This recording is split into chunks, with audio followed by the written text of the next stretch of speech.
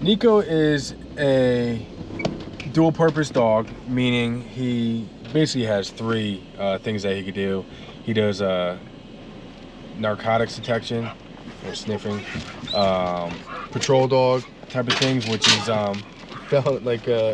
felony apprehension, if you will, and then tracking. So he could track missing persons or aggressive tracking as well too, like bad guys in the woods. He can go out and use his nose and find a bad guy. Yeah, so I have 3 dogs at home, pretty large dogs. I have a German Shepherd, a Black Lab Shepherd mix, and then an older dog who's, from what we've been told, a pit mix with Akita in them. All my dogs are rescues.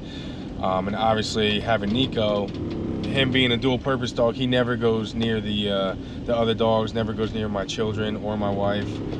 He's basically in his kennel, and whenever he goes outside, he's without them as well. It's just usually with me. So he is a tool. He's not a pet, unfortunately. Hopefully one day I can live out his service with him to where he can retire with me and then become that pet aspect of things.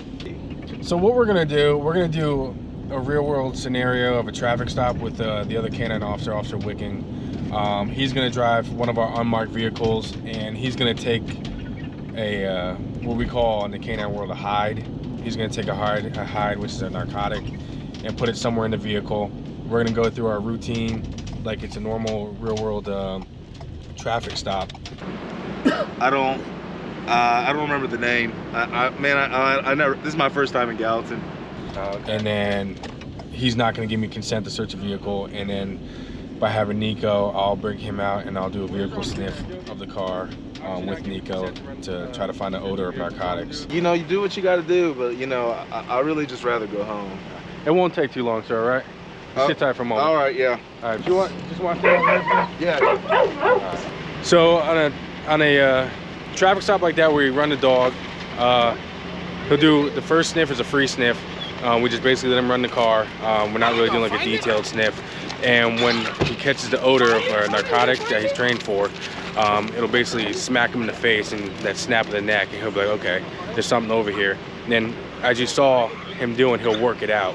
So he'll basically like try to find the source, and once he finds the source, he'll sit down, which is basically alerting us that there is a narcotic in it, or at least an odor of narcotics in the vehicle.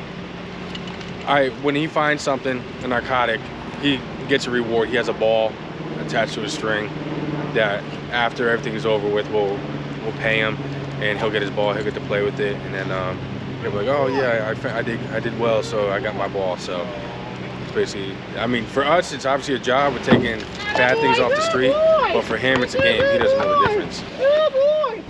Just the dog's an extension of you, and in most times he's a lot better than you.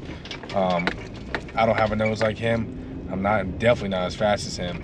So there's definitely always going to be a need for canines in law enforcement, just like there is canines in the military.